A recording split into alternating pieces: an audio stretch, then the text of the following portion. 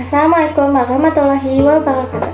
Halo teman-teman semua, saya Najla Nur Aulia dari kelas 11 IPS 1. Di sini saya akan menjelaskan tentang teks prosedur. Jadi yang pertama ada pengertian. Teks prosedur adalah suatu teks yang berisi langkah-langkah aktivitas atau kegiatan untuk menyelesaikan suatu pekerjaan. Teks prosedur ini dibutuhkan sebagai panduan bagi seseorang dalam membuat atau menyusun sesuatu. Selanjutnya ada teks prosedur. Tujuan teks prosedur adalah memberikan petunjuk bagi pembacanya tentang langkah-langkah secara urut dalam melakukan aktivitas atau penyelesaian sesuatu. Selain itu, teks prosedur juga memudahkan pembaca untuk mengetahui cara yang benar dalam melakukan sesuatu dan memberikan petunjuk jelas agar mendapatkan hasil maksimal. Selanjutnya ada struktur teks prosedur. Struktur teks prosedur ada 4. Yang pertama ada tujuan, yang kedua material, ketiga langkah-langkah, yang keempat kesimpulan. Yang pertama tujuan. Jadi tujuan pada awal pembuatan struktur teks prosedur, penulis biasanya memberikan penjelasan terkait tujuan dalam penyusunan teks prosedur. Hal ini juga bisa menginformasikan hasil akhir yang akan dicapai. Yang kedua, merupakan hal-hal apa saja yang perlu disampaikan dan yang dibutuhkan dalam pelaksanaan atau pembuatan kegiatan tersebut. Bagian ini berisi informasi tentang alat atau bahan yang dibutuhkan dalam pelaksanaan kegiatan. Yang ketiga, langkah-langkah.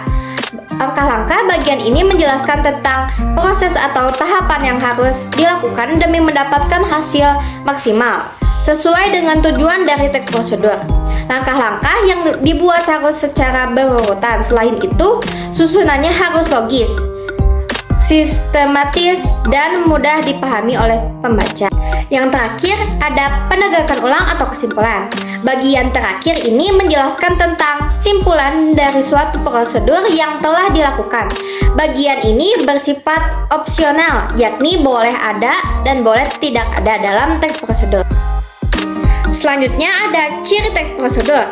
Ada 7. Yang pertama, menggunakan kalimat perintah atau imperatif. Yang kedua, terdapat panduan langkah-langkah yang harus dilakukan. Yang ketiga, menggunakan kata kerja aktif. Yang keempat, menggunakan kata penghubung, konjungsi. Kelima, terdapat aturan dalam hal bahan atau kegiatan.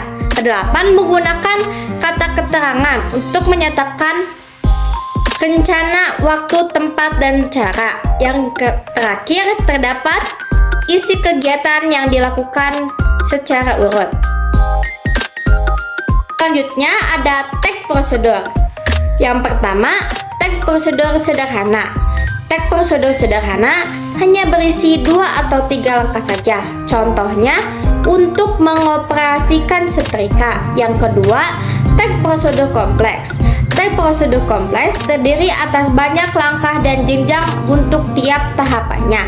Contohnya, pembayaran tilang oleh polisi. Yang ketiga, teks prosedur protokol. Teks prosedur protokol merupakan teks prosedur yang langkah-langkahnya bisa dibolak-balik tapi tujuannya tetap bisa tercapai. Contohnya, cara memasak mie instan. Selanjutnya ada kaidah kebahasaan. Yang pertama ada kalimat. Kalimat ada 3. Yang pertama, kalimat imperatif. Kalimat imperatif ditandai dengan adanya hal yang harus dikerjakan merujuk pada perintah dalam kalimat. Terus yang kedua ada kalimat deklaratif. Kalimat ini dikenal sebagai kalimat yang sifatnya lebih memberikan informasi dan sering juga disebut sebagai kalimat pernyataan. Yang ketiga, kalimat interrogatif. Kedua ada konjungsi. Konjungsi ada 2. Konjungsi persyaratan. Konjungsi persyaratan adalah kata penghubung yang menyatakan syarat. Contohnya, jika, bila, andai, kalau, asalkan. Yang kedua, konjungsi temporal. Jenis konjungsi temporal ini sifatnya merupakan kata penghubung yang menandai urutan waktu. Contohnya, lalu, kemudian, selanjutnya, setelahnya.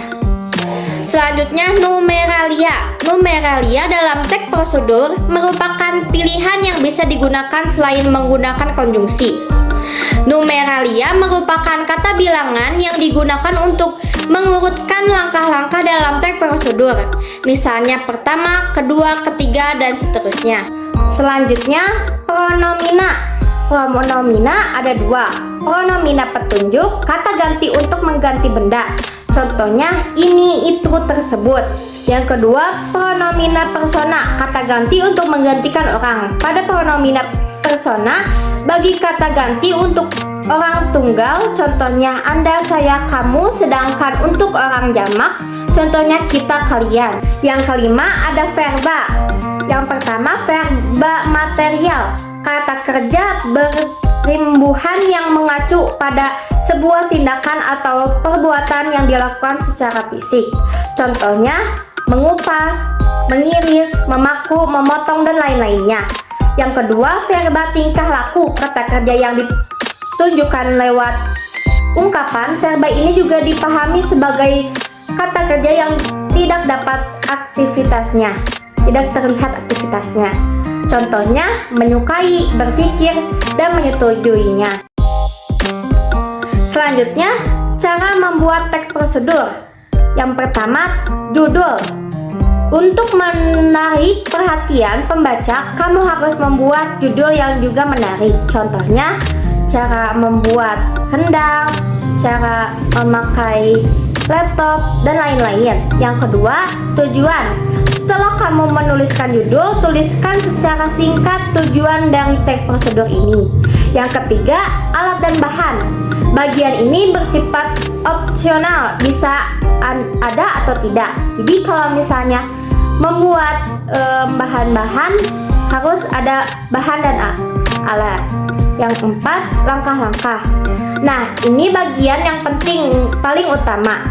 Kamu harus bisa menjelaskan secara kronologis atau berurutan langkah-langkah yang harus dilakukan. 5. Penutup atau kesimpulan. Bagian penutup atau kesimpulan juga bersifat opsional, bisa ada atau tidak. Nah, selanjutnya ada contoh teks prosedur cara membuat layang-layang.